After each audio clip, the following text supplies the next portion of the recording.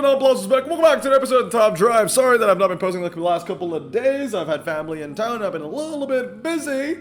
But we're going to start off with a pack. Now, this is a Filberto's Collection ceramic pack, but I was too trigger happy. I was like, oh, I want to open it now, and I totally forgot to even, click to open. I wanted to, have that pizzazz, open together, But nah, I got trigger happy. But hey, it's a ceramic pack. Let's see what we get.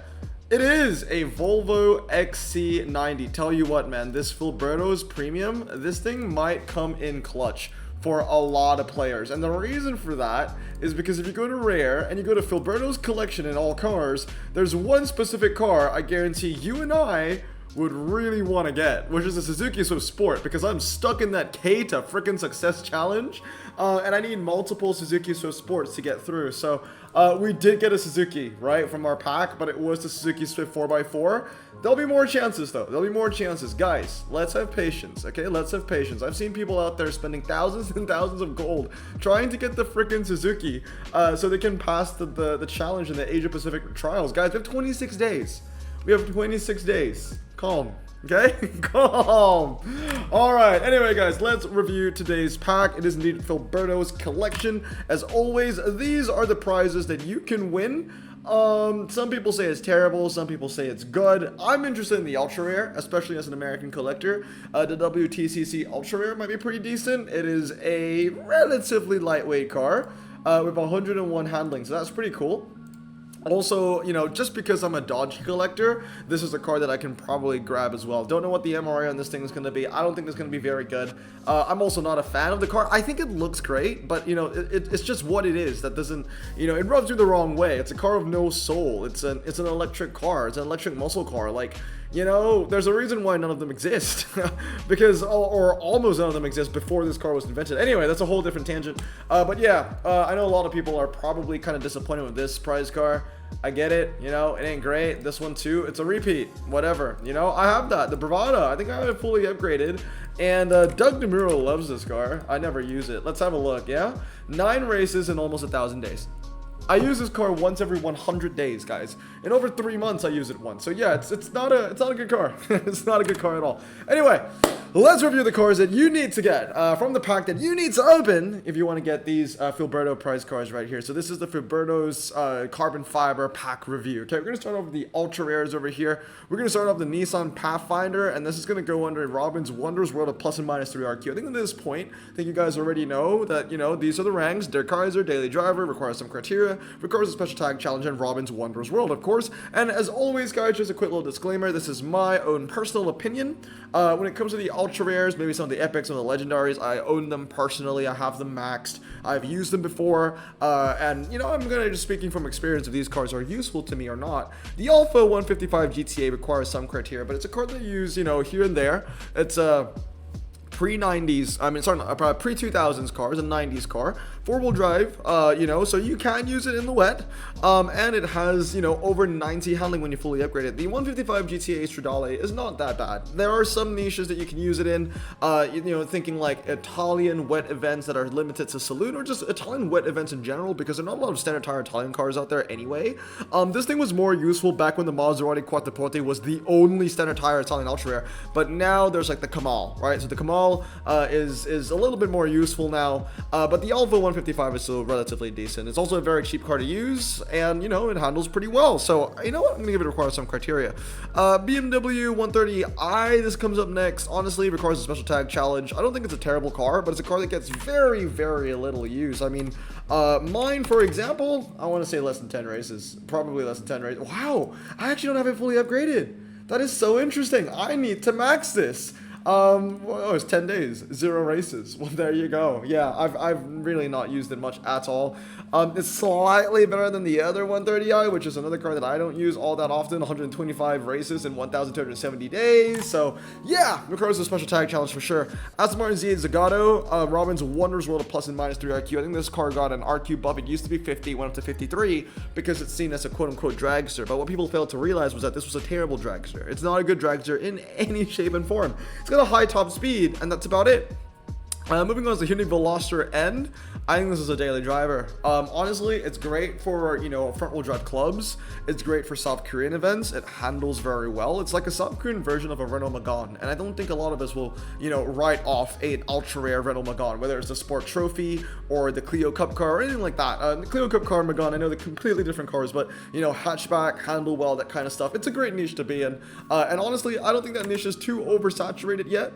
There are not a lot of, hatchbacks that are ultra rares that handle ridiculously well with performance tires, that are also front-wheel drive. The Veloster is one of them, and obviously all those Renaults as well.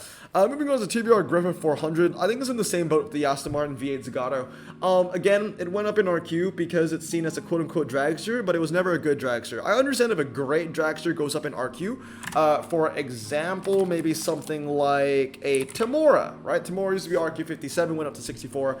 I get that, but some of the weaker dragsters, and a great example being, the Zagato and the TVR Griffith, honestly, all of the ultra-rare TVRs besides the Tamora, things like the Chimera, the Griffith, the Chimera again, the 450 SC, the Griffith 4.3, the Griffith 200, all these cars went up in RQ. They're all seen as dragsters, but honestly speaking, dude, they're not good. They're not good. They don't have a high top speed, so it can't really complement the, if it even has decent MRA, it won't be a great car to use in the test pool regardless. Not a great car to use on 0 to 170 because it can't even hit 170. Not a good car for 150, 0 to 150. Not a good car for the 1 mile either. So yeah, Robin's Wonders World plus or minus 3 RQ. I think dragsters should go up in RQ, but some of the weaker dragsters, they shouldn't go up. I mean, honestly, things like the Zagato and the TVR, they're pretty bad. The Astro is up next. I'm going to say, of course, a special tag challenge. Again, it's kind of seen as a dragster, 83 MR if I remember correctly, but it is also kind of like it's skewed, hybrid, jack of all trades kind of car. Handles better, than, the Zagato and the TVR, 75, 78, this is 82. But the problem with the Astrovet is that it's not as good of a dragster to compete with the Astrovet. This is Astro 2. So it's not as good of a dragster to compete with the Astrovet, but it's also not as good of a hybrid to compete with the Slammer, right? The Slammer is a great car for like fast circuit, hairpin road, stuff like that, and it's a better option to use. Got a very low 4.280, right, compared to 5.182. This 55 RQ is 59. I mean, it is higher, I get it. But yeah, the Chevrolet, the Astro 2, I just think that it requires a special tag challenge. It's a, it's a jack of all trades, master of none, and it doesn't really hit the right spots anywhere. The Range Rover Evoque Autobiography, definitely special tag challenge, used to be an epic, and it has fallen so far. Used to be an RQ65, and now it's an RQ56, and even then, it's not even a good RQ56. It's pretty terrible.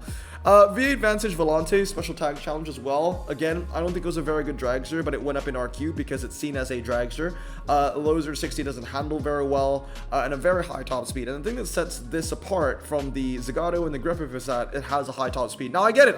This Zagato has a high top speed, so maybe that isn't the right way to put it. But the V8 Vantage Volante is a lower 0-60 and slightly better MRA. It's a better car, but not by much, So I'm going to say this. It's better than the Zagato, but not by much. Zagato is really bad. Vantage Volante, car special challenge. I think it makes sense to me. Both of these cars are not very good, but one is slightly better than the other. So that's why one is slightly higher in the rank as well, in the ranking system. Moving on to BMW 330d Touring. I'm going to say requires... hot take? Requires some criteria, perhaps. Now, this is a car that used to be RQ63, 62. And, when it was RQ63, 62, it was definitely in Robin's Wonders World of plus and minus 3 RQ. That being said, though, now it's RQ57, medium ground clearance, 85 handling.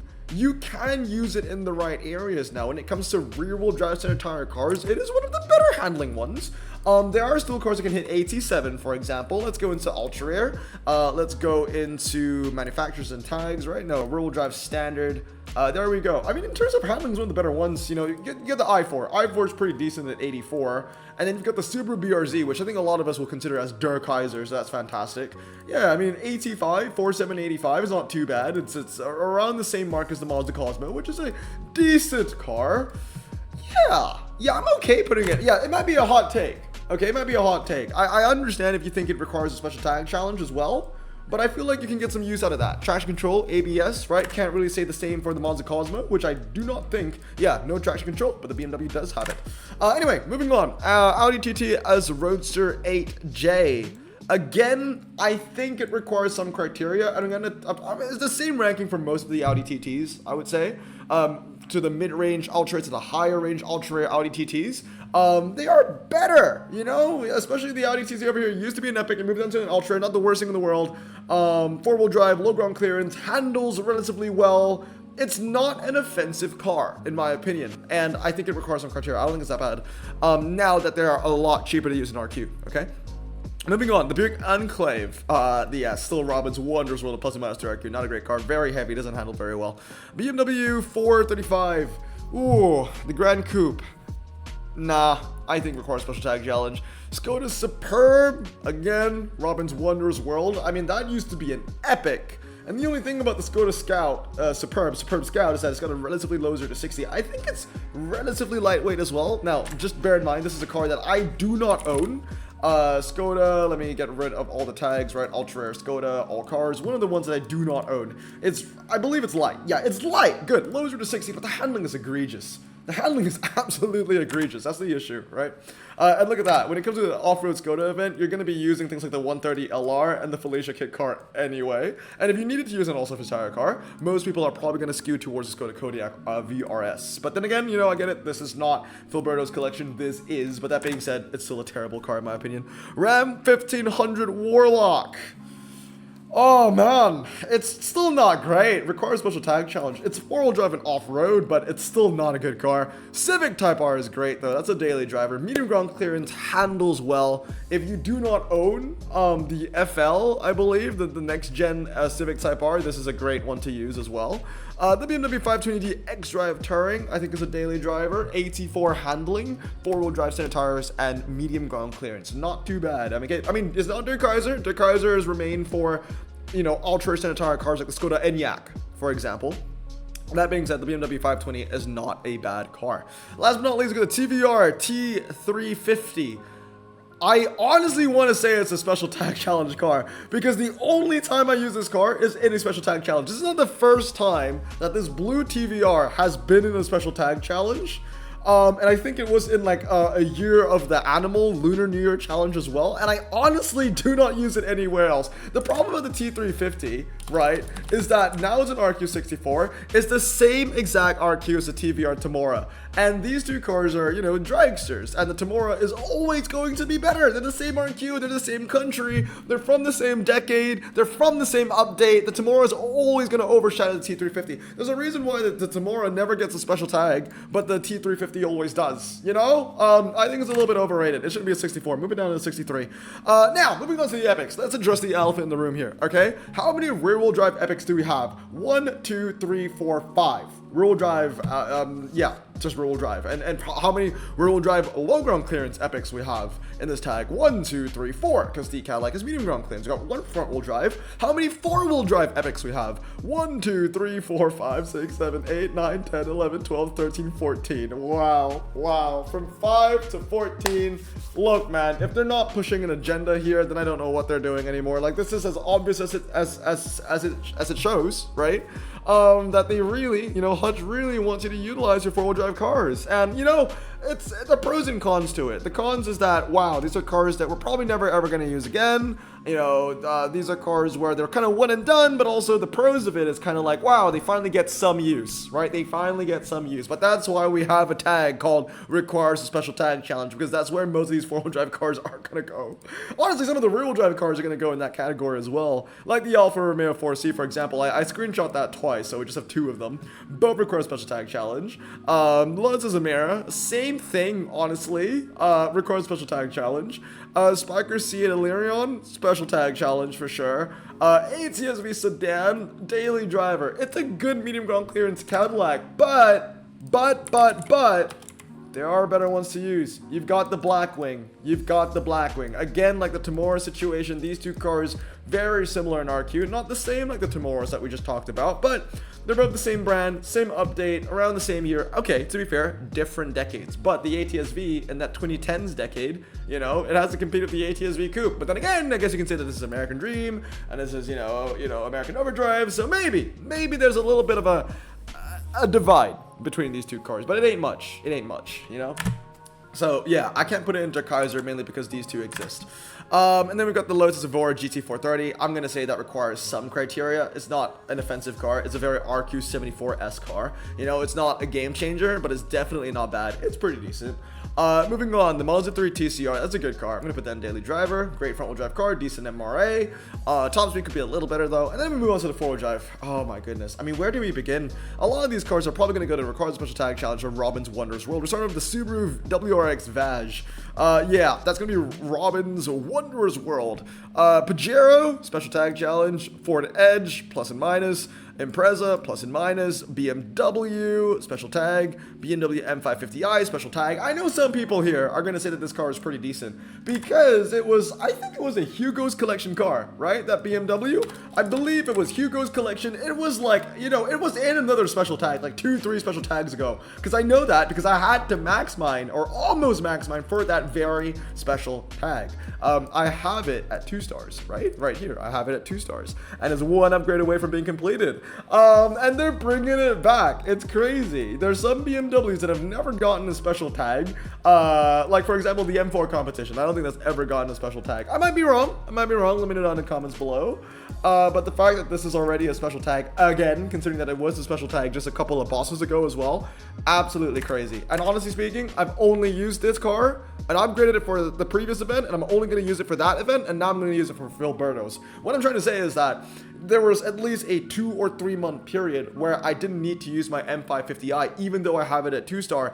I never used it, okay? So that is the absolute definition of requires a frickin' special tag challenge. BMW iX special tag.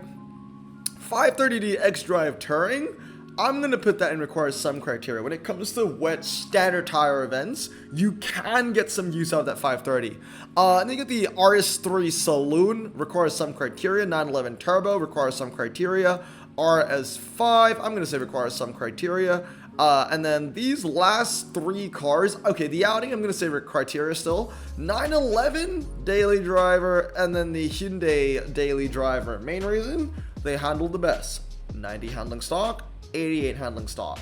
Kind of want to put the RS4 there just because we see so many Audi events going on, and that is one of the better handling Audis. I think it's the best handling four-wheel drive Audi, Ford and Epic at 87. I don't think there's anything higher than that. I think some people can argue it should be a mid car. Some people might say it might be a little bit better because it's a front runner with that handling boost. You know, most four-wheel drive Audis are kind of around that 85 or 86 mark. They're not a lot that can hit 87. I mean, I'll showcase to you right now. In terms of the four-wheel drive stuff, right? So these are rear-wheel drive. You've got 87, 86, the R8s, they don't hit 87. They're all around that 86 mark. I think there are only 2 cars that kind of hit 87. Everything else is below that. So that's something to consider as well. That is something to consider as well.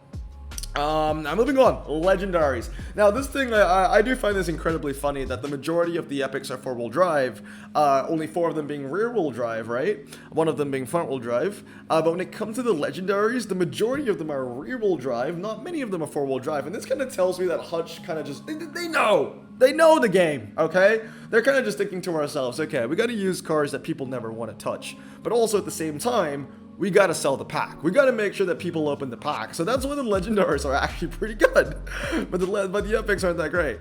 You know, when you look at the legendary pool over here, a lot of these cars are high-end rear-wheel drive cars like your Zenvo, the Chevrolet Imsa, the Pagani Huayra Roadster, the Radical SR10, all phenomenal cars. And even when it comes to the 4-wheel drive cars, there's some of the better ones, like the Audi V8. The Porsche 911 Turbo 3.8, the Lamborghini Centenario. These are some of the better 4-wheel drive cars. They're not putting in, you know, your Lamborghinis, for example. Where are the legendaries, you know? Like, they could have put Filberto's for something like a Murcielago, right? Or even a Gallardo Superleggera, but they didn't do that. They didn't do that, right? The 4-wheel drives they put in are some of the better ones. So, the Audi V8, V10 Plus Spider, I can't speak much for that one, though. Anyway, moving on to the legendaries, V8 Quattro, I'm going to say daily driver. Some people might disagree. It's an RQ80, I get it, but also it's a saloon, and although it's 4-wheel drive, it has slick tires, and, you know, it handles very well. 99 handling when you fully upgrade it. It's alright, you know? Similar when it came on, GC4 is a decent one as well for an RQ82. That's, you know, over 100 handling, 102, right? Kind of, I like to call it like a German version of the Hollywood Viper ACR. SR3, I'm gonna say Dirk Kaiser.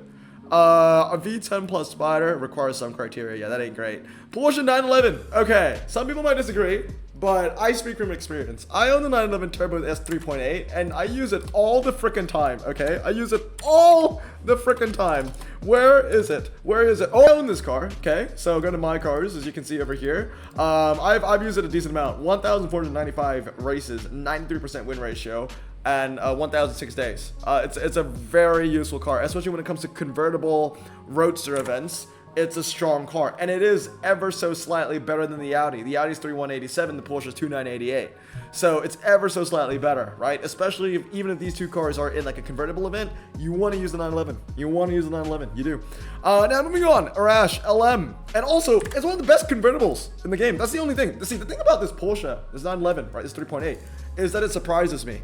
I feel like it's not going to be useful, but many of the times, like, I stand corrected, is actually pretty good. Legendary, let's go. Where is it? Manufacturer? Is it manufacturer? No, is it collections and tags? I need to look for convertible, right? No, these are, no, it's not. It's miscellaneous. It has to be miscellaneous. Roadster, and convertible, all right? All cars, there you go.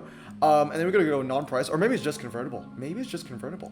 Yeah, whenever we get a convertible event, always. I mean, the Audi isn't even counted in this, so, you know, unlucky. But yeah, it's a pretty decent car. Handles well. It handles well. Now, moving on is the Arash LM. The Arash, I mean, it's not the best thing in the world, but it's not terrible. Daily driver, in my opinion. W Motors, Lycan Hypersport, it's okay. Daily driver. No, I disagree, actually. It handles like crap. I'm going to bring it down. Requires some criteria. There you go. HP Barchetta. I'm going to say that's a pretty decent car. Der Kaiser. I think most of these cars are going to be Der Kaiser. The Brabham, no. Brabham Daily Driver. IMSA, in my opinion, is Der Kaiser. Zenvo, Der Kaiser. Amazing MRA, high top speed. Pagani Huayra Roadster BC, Der Kaiser. Just slightly worse than the Tricolor. Centenario. Oh. Yeah, Der Kaiser, sure. Brabham BT62, I'm gonna put that here. And last but not least, the Radical SR10. There you go. The Brabhams, they don't do very well for me, honestly speaking. Let's go Brab. Let's get rid of convertibles. I own the car, and honestly speaking, I don't use it that much. 82 races, 410 days, 83% win ratio. Honestly, if you got a win percentage of less than 85%, and I'm being generous here, sometimes I want to say 90%, and you're a legendary, that's really, really disappointing in my opinion. But anyway, guys, that's going to be it for today. Let me know down in the comments below if you agree or disagree. I've seen a lot of these special tag bosses go by, and I gotta say, Filberto's is not the most offensive one we've seen.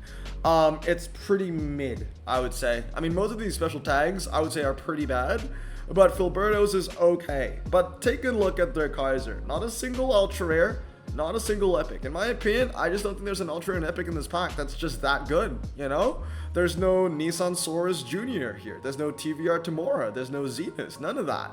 But yeah, there's some really good high-end legendary cars on pack, and some decent, you know, epics and ultras as well. But anyway, guys, that's gonna be it for today. Let me know what you think down in the comments below. Remember to stay safe, wash your hands, and blossom out. Peace.